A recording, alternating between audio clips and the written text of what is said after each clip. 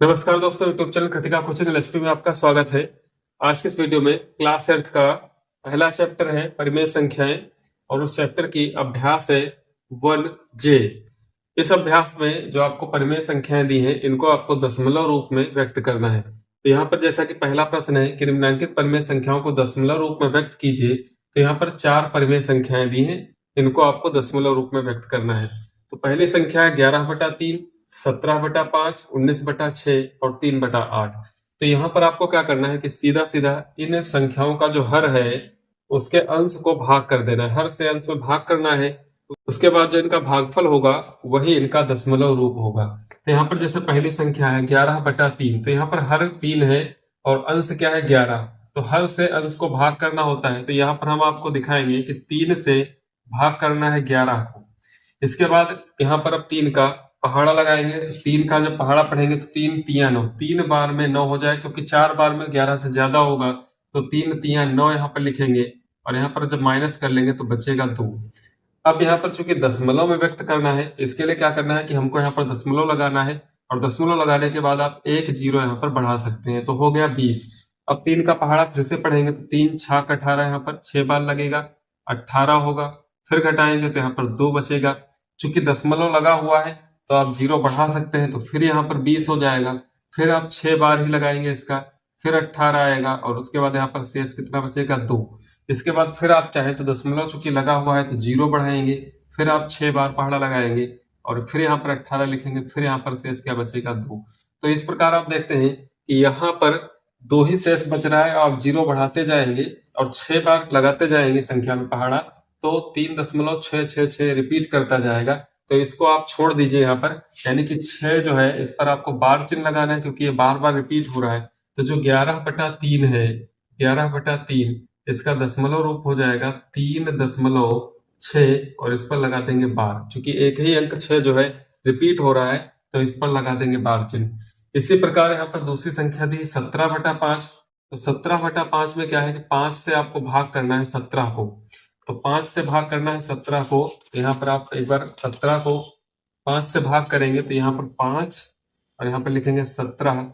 5 का पहाड़ा पढ़ेंगे, 5 तिया 15 होता है, 3 बार में लगेगा, यहाँ पर शेष 2 बच जाएगा।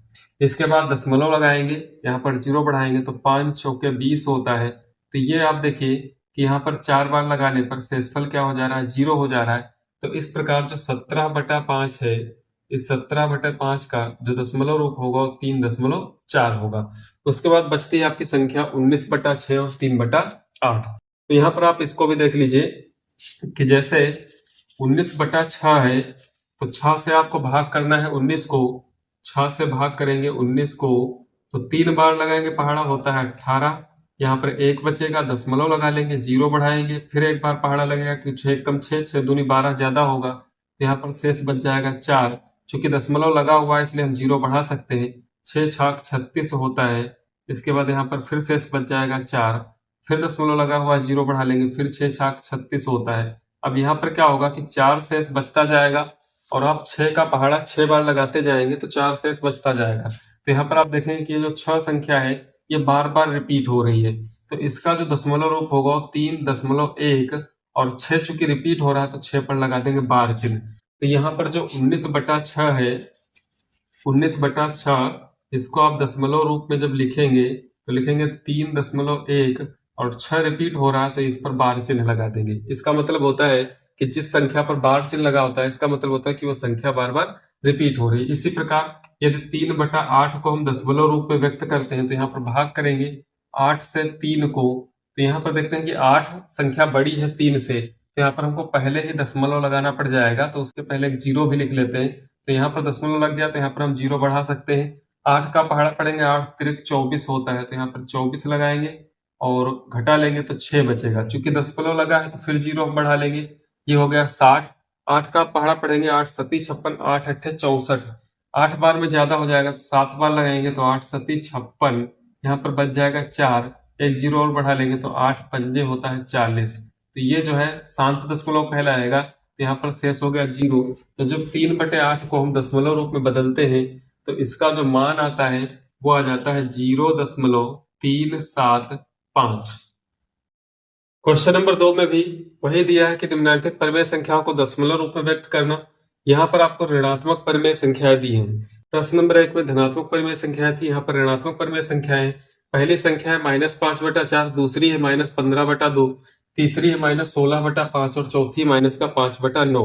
तो यहाँ पर भी आपको क्या करना है, पहले माइनस चिन्ह हटा करके हर से अंश को भाग कर लेना है और उसके बाद जो भागफल आएगा उसमें आपको माइनस लगा देना। तो पहली संख्या -5/4 है, तो यहाँ पर आप क्या करेंगे कि 4 से भाग करेंगे 5 को, माइनस चिन्ह हटा देंगे तो 4 से भाग करेंगे 5 को, यहाँ पर एक बार पहाड़ा लग जाएगा, 4 एकम 4, बचेगा 1, यहाँ पे दशमलव लगा लेंगे, 0 बढ़ाएंगे, 4 दूनी हो जाएगा 8, यहाँ पर 2 बचेगा, फिर 0 बढ़ाएंगे और 4 पंचे 20। तो यहाँ पर पूरा पूरा पहाड़ा लग जाने के बाद शेषफल 0 हो गया। तो ये जो संख्या आई है 1.25, 4 से 5 को भाग करने पर आया 1.25, माइनस चिन्ह लगा था तो यहाँ पर माइनस लगा देंगे, तो ये हो जाएगा इसका दशमलव निरूपण।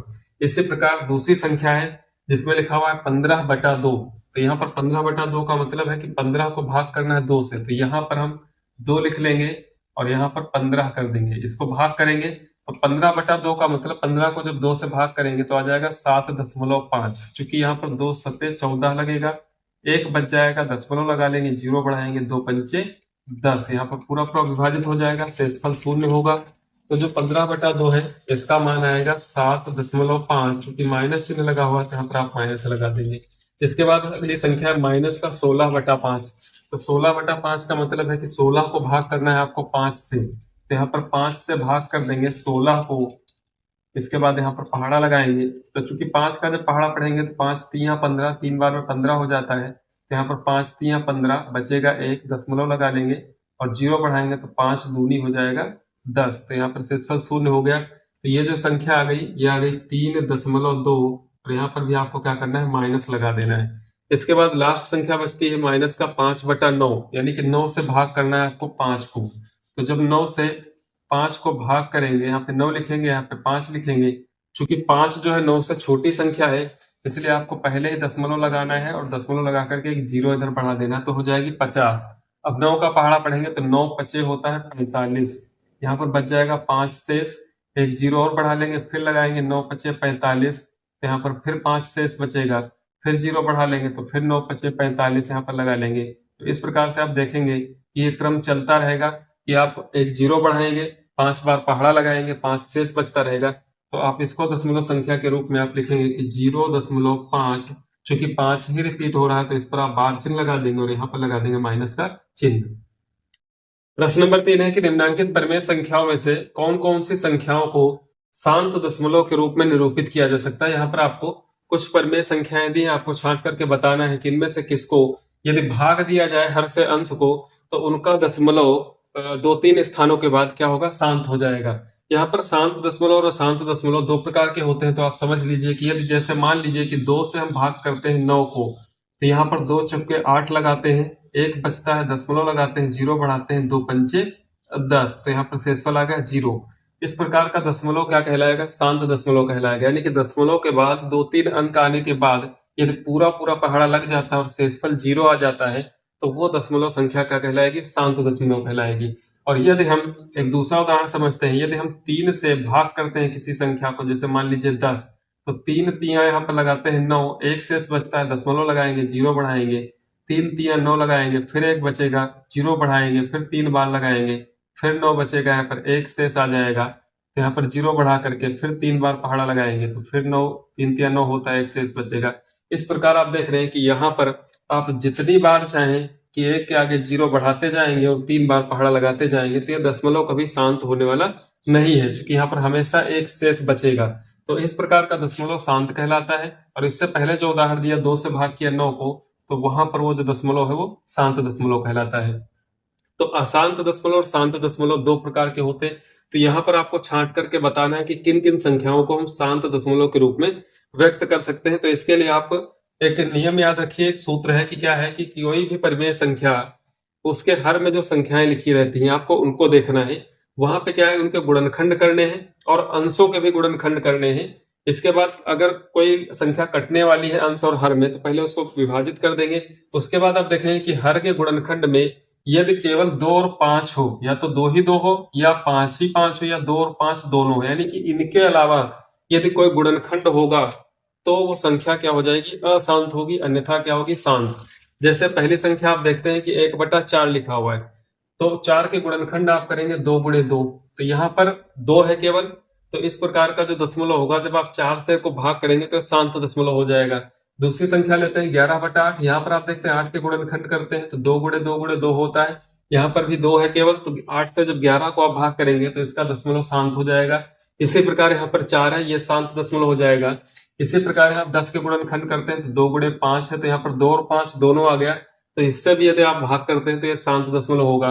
2 और 5 के अलावा यदि कोई संख्या है, यानी कि 2 भी है 5 भी है, फिर भी अगर कोई अगली संख्या है तो दशमलव क्या हो जाएगा, अशांत। जैसा कि यहाँ पर आप देख रहे हैं 7 है, तो इसका हल जो है 7 है, तो 7 के गुणनखंड 7 होगा केवल, 7 गुणे 1 लिख सकते हैं ज्यादा से ज्यादा इनको।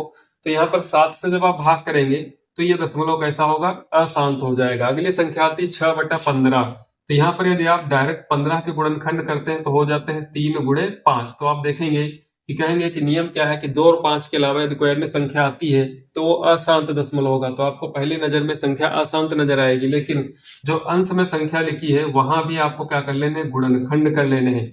यहाँ पे देखिए 6 के गुणनखंड 2 गुणे 3 होंगे और 15 के गुणनखंड 3 गुणे 5 होंगे। तो आप देखेंगे कि 3 और 3 तो यहाँ से कैंसिल हो जाएगा, तो जब कैंसिल हो जाएगा तो संख्या क्या बचेगी, यहाँ पर संख्या बचेगी 2/5, यानी कि इसके हर में क्या है, 5 है, इसलिए संख्या क्या होगी, शांत होगी। तो 6/15 भी क्या होगी, शांत दशमलव संख्या होगी। अब आप देखेंगे कि यहाँ पर जितनी संख्याएं दी हैं उनमें से केवल एक ऐसी संख्या है जिसके हर में 7 दिया हुआ है, तो वो अशांत है। बाकी सारी संख्याएं जो है वो क्या है, शांत दशमलव के रूप में। तो चूंकि प्रश्न पूछता है कौन कौन सी संख्याओं को, तो पहली हो गई 1/4, दूसरी होगी 11/8, तीसरी है माइनस का 27/4, और ये है माइनस का 33/10, और एक संख्या छोड़ देनी है आपको, लास्ट में जो लिखी है 6/15, ये भी क्या होगी, शांत दशमलव होगी। प्रश्न नंबर 4 है 1/2 प्लस 1/3 प्लस 1/5 के योगफल को यदि दशमलव संख्या में बदले तो यह शांत होगा अथवा अशांत होगा। तो यहाँ पर आप देख सकते हैं कि 1/2 में जो हर है 2, और 1/3 में हर 3 है, और 1/5 में हर क्या है, 5 है। तो यहाँ पर यदि केवल 2 और 5 होता तो यह संख्या जो होती क्या, एक शांत दशमलव के रूप में होती। चूंकि यहाँ पर 3 भी है तो ये संख्या एक अशांत दशमलव हो जाएगी, क्योंकि यहाँ पर जब आप एलसीएम लेंगे 2, 3, 5 का, तो सबसे पहले आपको जोड़ करके दिखा दें। यहाँ पर 1/2 प्लस 1/3 प्लस 1/5, यदि इन तीनों परिमेय संख्याओं को जोड़ना है तो यहाँ पर 2, 3, 5 का आपको लासा लेना होगा। क्योंकि तीनों संख्याएं अभाज्य संख्याएं हैं, इसलिए ये जो संख्याएं आप इनका लासा लेंगे तो ये स्वयं से विभाजित होगी। 2 2 से विभाजित होगी, 3 नहीं विभाजित होगी, 5 नहीं होगी, फिर 3 से विभाजित करेंगे तो 3 एक कम 3 होगा यहाँ पर, इसके बाद 5 से विभाजित करेंगे, यानी कि इन तीनों संख्याओं का आपस में जो गुणनफल होगा वही इनका लासा होगा। तो 2 3 6 5 30। अब आप देखेंगे कि इन तीनों संख्याओं का लासा आ गया 30 हो गया। इसके बाद यहाँ पर 2 को 30 करने के लिए 15 से गुणा कराएंगे तो ये 15 हो जाएगा, प्लस यहाँ पर 10 से गुणा कराएंगे 10 हो जाएगा, 5 छक्का 30 होता है, यहाँ पर 6, 15 10 25 6 31 होता है, 31/30। अब आप देखेंगे कि चूंकि 30 के जो गुणनखंड है 2 गुणे 3 गुणे 5, तो यदि केवल 2 होता या केवल 5 होता या सिर्फ 2 और 5 ही होता तो यह दशमलव संख्या में जब आप व्यक्त करते तो ये शांत होता। क्योंकि 2 और 5 के अलावा यहाँ पर क्या है, 3 है, इसलिए इसका जब दशमलव निरूपण किया जाएगा तो ये अशांत दशमलव हो जाएगा। तो यहाँ पर आपको जो आंसर लिखना है इसका, क्योंकि प्रश्न केवल पूछता है कि शांत होगा या अशांत होगा, तो यहाँ पर इसका उत्तर हो जाएगा कि इसका जो दशमलव निरूपण होगा वो अशांत होगा। प्रश्न नंबर 5 है कि निम्नलिखित परिमेय संख्याओं में किस किस का शांत दशमलव संख्या में निरूपण नहीं हो सकता। यानी कि यहाँ पर आपको बताना है कि इनमें से जो परिमेय संख्याएं दी हैं वो कौन कौन सी अशांत दशमलव है। शांत में निरूपण नहीं हो सकता, यानी कि क्या है, अशांत है। तो यहाँ पर आपको रूल पता है कि यदि हर के गुणनखंड किए जाए, और हर के गुणनखंड करने में क्या है कि 2 या 5 या फिर 2 और 5 में से कोई भी संख्या हो, और यदि इनके अलावा कोई अन्य संख्या आती है तो अशांत हो जाएगा, अन्यथा क्या रहेगा, शांत रहेगा। तो यहाँ पर आप देखते हैं कि 24/7 में क्या है कि हर में इसके 7 है, तो इससे जब भाग करेंगे आप तो ये क्या हो जाएगा, अशांत। तो यहाँ पर अशांत ही छांटना है, इसका मतलब ये एक अशांत दशमलव संख्या के रूप में व्यक्त होगा। इसके बाद 5/6 में आप देखते हैं तो 5/6 में गुणनखंड 6 के करते हैं तो 2 गुणे 3 आता है, तो 2 तो ठीक है, लेकिन यहाँ पर क्या आ गया, 3 भी आ गया, और 3 से अंश में कोई संख्या ऐसी नहीं जो काट सके उसको, तो इसलिए 5/6 जो है ये भी क्या होगी, अशांत होगी। यहाँ पर आप देखेंगे 7/15, 7/15 में क्या इसके गुणनखंड होंगे 3 गुणे 5, तो 5 तक ठीक है, लेकिन यहाँ पर क्या आ जाएगा, 3 भी आएगा, और 3 से आप 7 को पूर्णतः विभाजित भी नहीं कर सकते हैं, इसलिए इसके गुणनखंड रहेंगे 3 गुणे 5, जिससे क्या हो जाएगा, ये अशांत दशमलव हो जाएगा। अगली संख्या 3/7 भी क्या है, एक अशांत दशमलव है। और यहाँ पर लास्ट में जो संख्या आती है 5 सही 3/4, तो यहाँ पर जब आप इसका हर देखेंगे 4 लिखा हुआ है, तो 4 के गुणनखंड होते हैं 2 गुणे 2, तो यहाँ पर केवल 2 है, इसलिए शांत दशमलव होगा। तो इन 5 संख्याओं में से पहली 4 जो संख्याएं हैं उनको आप शांत दशमलव संख्या में निरूपण नहीं कर सकते हैं, तो यही इनके उत्तर हो जाए। प्रश्न नंबर 6 है कि अपनी अभ्यास पुस्तिका में निम्नांकित कथनों के सम्मुख सत्य के लिए सही का निशान, सत्य के लिए आपको टिक करना है, और असत्य के लिए क्रॉस का निशान यानी कि गुणे का निशान लगाना है। तो यहाँ पर आपको ABCD 4 कथन दिए हुए हैं, और इन कथनों में आपको बताना है कि कौन सत्य है और कौन असत्य है। तो यहाँ पर पहला कथन जो दिया हुआ है कि 1/25 का निरूपण एक शांत दशमलव के रूप में किया जा सकता है। तो यहाँ पर आप कैसे जानेंगे कि 1/25 को शांत दशमलव के रूप में हम निरूपित कर सकते हैं? तो उसके लिए क्या है कि हर के आप गुणनखंड करेंगे, क्योंकि अंश में एक ही है, इसलिए हर के आप गुणनखंड करेंगे तो 5 गुणे 5 आता है। तो यदि किसी परिमेय संख्या के हर में गुणनखंड 2 या 5, या तो केवल 2 या केवल 5, या 2 और 5 दोनों हो, यानी कि इन संख्याओं के अलावा यदि कोई अन्य संख्या नहीं है, तो वो उसका जो दशमलव निरूपण होगा वो कैसा होगा, शांत होगा। तो यहाँ पर 5 गुणे 5 होगा, इसलिए इसका दशमलव निरूपण शांत होगा। और चूंकि सत्य कथन है तो इसके लिए यहाँ पर आपको क्या करना है, सही का निशान लगाना है। इसके बाद दूसरी संख्या की 1/9 का निरूपण एक शांत दशमलव के रूप में किया जा सकता है। तो उसी प्रकार से यहाँ पर भी आप 9 के गुणनखंड करेंगे तो 3 गुणे 3 होता है। तो इस 3 गुणे 3 में क्या है कि ना तो 2 है ना 5 है, सिर्फ केवल 3 और 3 है। तो यहाँ पर क्या है कि इसका दशमलव निरूपण शांत नहीं बल्कि अशांत होगा। तो यहाँ पर यह कथन जो दिया है वो असत्य दिया हुआ है। इसके बाद कहता है सी में कि 0.6 और 0.6, उसके बाद 7 जीरो लगे हैं, में कोई अंतर नहीं है। तो यहाँ पर आप देखेंगे कि चाहे 0.6 हो या 0.6, और इसके आगे आप जितने भी जीरो बढ़ा लीजिए इनमें कोई अंतर नहीं होगा। तो ये कथन आपका क्या है, सत्य है।